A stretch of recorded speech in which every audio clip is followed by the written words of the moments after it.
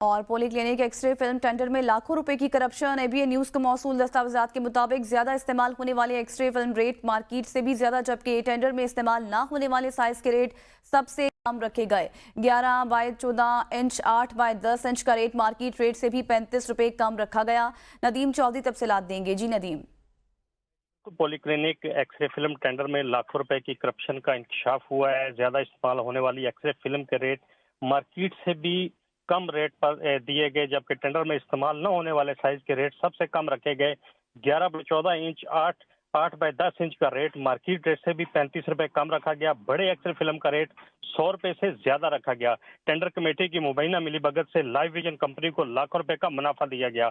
Tender company में tender 1 साल की बजाय 3 साल का टेंडर अवार्ड कर दिया गया।